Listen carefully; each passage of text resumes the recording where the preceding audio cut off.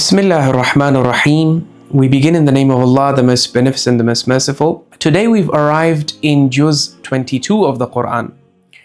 And in this Juz you have one of the most powerful and thought-provoking verses that you will come across in the Qur'an. A verse that has really activated the imagination and critical thinking powers of the Mufassirin, the exegetes of the Qur'an across the centuries. It's a mysterious verse, but it's also truly beautiful. It makes us realize the weight of responsibility that hangs on our shoulders as human beings. The verse I'm talking about is verse 72 of chapter 33, Surah Al-Ahzab. Allah subhanahu wa ta'ala describes an event that goes way back in history. He says, إِنَّا عَرَضْنَا الْأَمَانَةَ عَلَى السَّمَاوَاتِ وَالْأَرْضِ وَالْجِبَالِ فأبين أن يحملنها وأشفقن منها وحملها الإنسان إنه كان ظلوما جهولا. Allah says, indeed we put the amana on offer. There is an amana, which means a trust.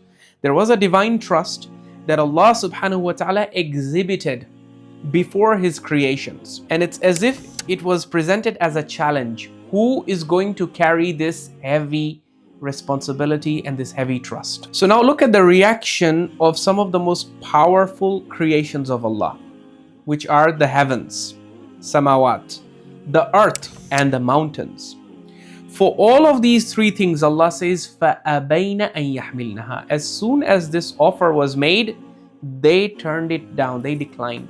They refused to accept this responsibility. But وَحَمَلَهَا الْإِنسَانِ. The human being immediately stepped forward and said, Ya Allah, give it to me. I'll take this. Now, what I find very interesting is how Allah concludes this verse. You would expect that Allah subhanahu wa ta'ala would praise the human being, because this reminds us of a typical classroom scene. You'll have noticed and you'll recall teachers used to call students at the blackboard or the whiteboard. They used to write a sum, for example, and then as a challenge, who is going to solve this? The student who goes and attempts to solve it, even if he's not that successful, he still gets some marks, some credit for having the confidence, right? But not in this case. Allah concludes the verse by saying the human being grabbed this amana, this trust, but innahu kana zaluman jahula. He was indeed very oppressive and very ignorant. As in, Allah subhanahu wa ta'ala doesn't praise the human being for accepting this challenge. And the reason he doesn't praise it is because how severely dismal our performance has been after taking this trust. So what was this trust? The Mufassirin have tried to give different explanations and different suggestions. What we get from a comprehensive study of the sources is that this amana and this trust is something that human beings have, which these other creations of Allah don't have. And if you go to see, it is actually free will and the ability to worship and obey Allah through our own free will without being forced to do so. So if you look at the mountains and the earth and the heavens, Allah does mention that they worship Him in the Qur'an. يُسَبِّحُ لِلَّهِ مَا فِي السَّمَاوَاتِ وَمَا فِي الْأَرْضِ. Everything in the heavens and the earth worships Him and glorifies Him and prostrates before Him. The Qur'an is clear on this. But all of these entities lack free will, so they don't really have a choice. They have to obey Allah whether they like it or they don't. They don't have any choice, any free will. The offer that was being made here was, Allah was saying that, look, I've already decided you have to obey me, you have to worship me. The only question is, who among you has the courage and the confidence to say that, Ya Allah, I can do this even if you give me free will? The mountains, the heavens and the earth said, nah, that's too risky. Because free will means we can go wrong. Free will means we can rebel, we can disobey, we can turn ungrateful. We don't want to risk that. So we are happy without free will.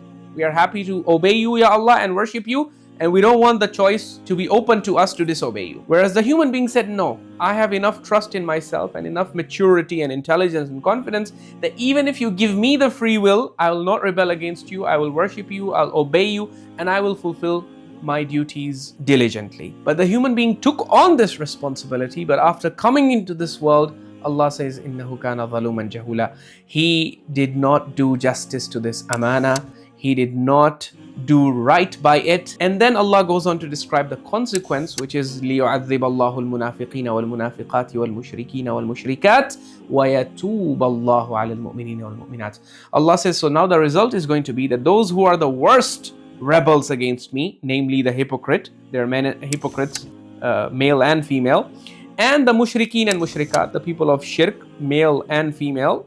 For these people, Allah says, I'm going to punish them. But for those who are believers, Allah says, even though believers are also not performing at 100% optimal level, but Allah says, يَتُوبَ اللَّهُ عَلَى الْمُؤْمِنِينَ وَالْمُؤْمِنَاتِ. For those who believe, I will show mercy, I'll show clemency, and I'll show leniency. وَكَانَ اللَّهُ غَفُورًا رَحِيمًا. And Allah is the most forgiving, most merciful.